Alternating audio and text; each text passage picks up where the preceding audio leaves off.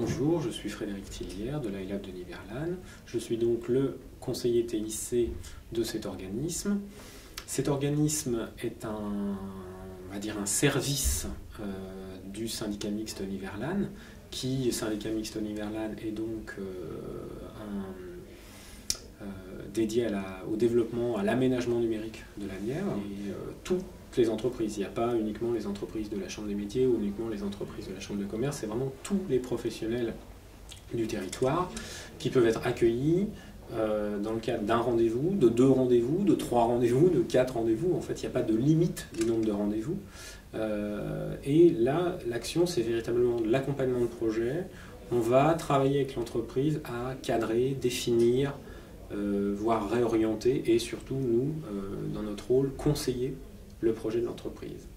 On va aussi l'aider, par exemple, à rédiger un cahier des charges dans le cadre, je sais pas, dans le cadre d'un projet de site web. Comment je développe mon site web? Eh bien, je peux recevoir l'entreprise en rendez-vous, on va travailler ensemble, voilà, moi je vais, comment dire, activer tous mes outils de questionnement, de diagnostic, et on va arriver, au bout d'un certain nombre de rendez-vous, à avoir un squelette de cahier des charges et pouvoir consulter des entreprises. Et derrière tout ça, il est tout à fait envisageable aussi que j'accompagne aussi encore l'entreprise dans le cadre de la sélection des prestataires ou de choix d'une solution. Donc on est en amont sur la réflexion, la construction du projet, et on est aussi en aval sur le choix d'une solution. Choix à la lecture d'un devis, choix technologique, toutes ces choses-là. Et ensuite, effectivement, si le projet le nécessite, on peut aussi financer une expertise pour l'entreprise, pour un projet particulier. C'est-à-dire qu'on va installer, c'est un grand mot, on va comment dire, financer l'intervention d'un professionnel, un consultant, un expert d'un domaine, à raison d'1 ou 2 journées en résidence dans l'entreprise. Donc ça, c'est assez intéressant parce que tous ces services-là, ça je ne l'ai peut-être pas dit en amont, mais tous ces services-là sont gratuits pour l'entreprise. C'est vraiment un service public dédié au développement économique par le biais du numérique. Voilà. Et ça, c'est assez important de rappeler aux entreprises qu'aujourd'hui, par exemple, le web, c'est un réflexe quotidien pour les internautes. Il y a 71% des Français qui sont internautes, et parmi ces 71%, par exemple, il y en a 92% pour qui c'est un réflexe quotidien d'aller sur Internet. Donc forcément, pour les professionnels, aujourd'hui, c'est important d'être présent sur le web, mais par contre, comment on peut être présent? Voilà, ça a été quand même, je dirais, tout l'objet de cette réunion d'information, et je pense qu'effectivement, les entreprises sont sorties avec des idées qu'elles n'avaient pas en rentrant avant dans la conférence, donc ça c'était plutôt intéressant. Et effectivement, les entreprises ont été assez intéressées sur les thématiques comme les réseaux sociaux, Facebook, les réseaux sociaux, les médias sociaux, la problématique aussi de être présent sur le web sans site web. C'est un petit peu le discours que j'essaye de transmettre, qu'on peut être présent sans site web.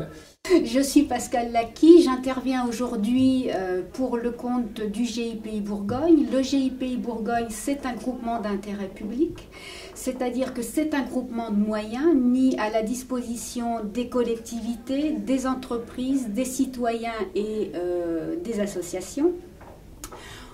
Nos adhérents bénéficient d'un large bouquet de services qui leur permet de moderniser les services administratifs. Que nos adhérents bénéficient d'un large bouquet de services mutualisés à l'échelon régional. Ça leur permet de générer une importante économie en matière de développement.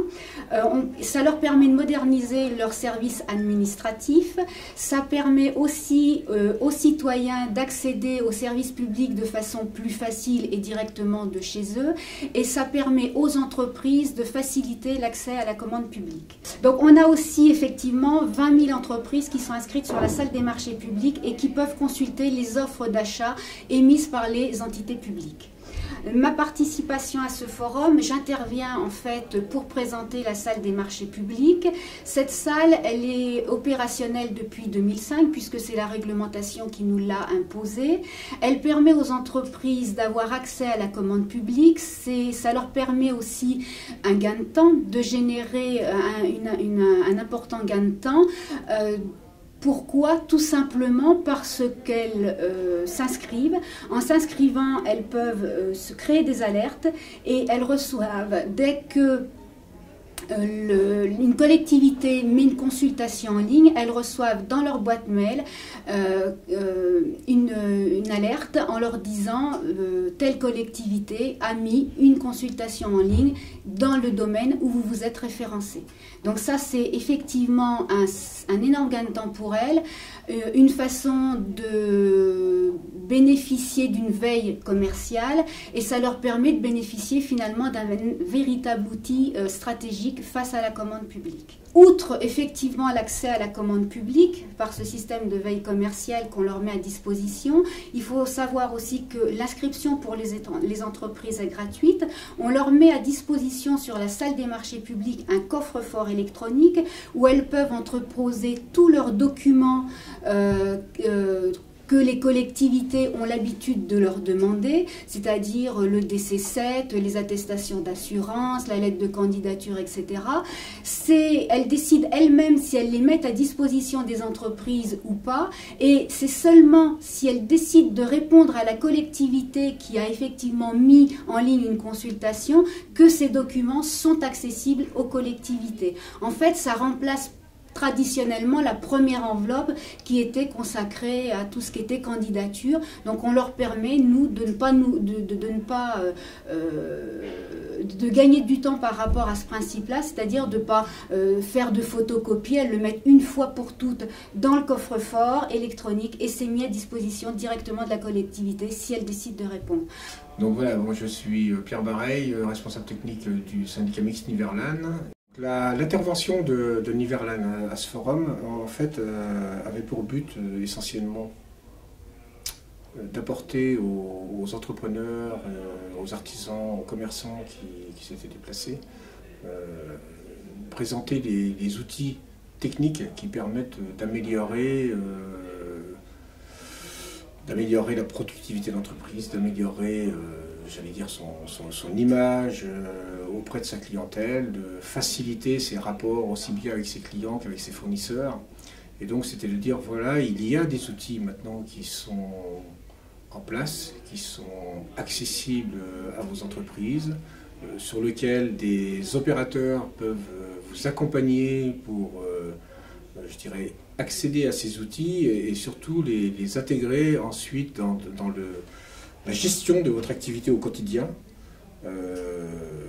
L'intérêt de ces outils porte sur le fait de pouvoir unifier toute une série de services qui sont en général dispersés sur une partie la téléphonie, une partie des données à travers des logiciels, une partie communication. Donc ça, c'est ce premier attrait qui est là de pouvoir partager des données entre toutes les personnes qui sont au sein de l'entreprise. L'autre volet, c'était de dire on doit pouvoir, toutes ces données, pouvoir en disposer au-delà de l'enceinte de l'entreprise. Et donc ça, c'est le fait de pouvoir accéder à toutes ces données en mode de mobilité, aussi bien pour l'entrepreneur que pour ses collaborateurs.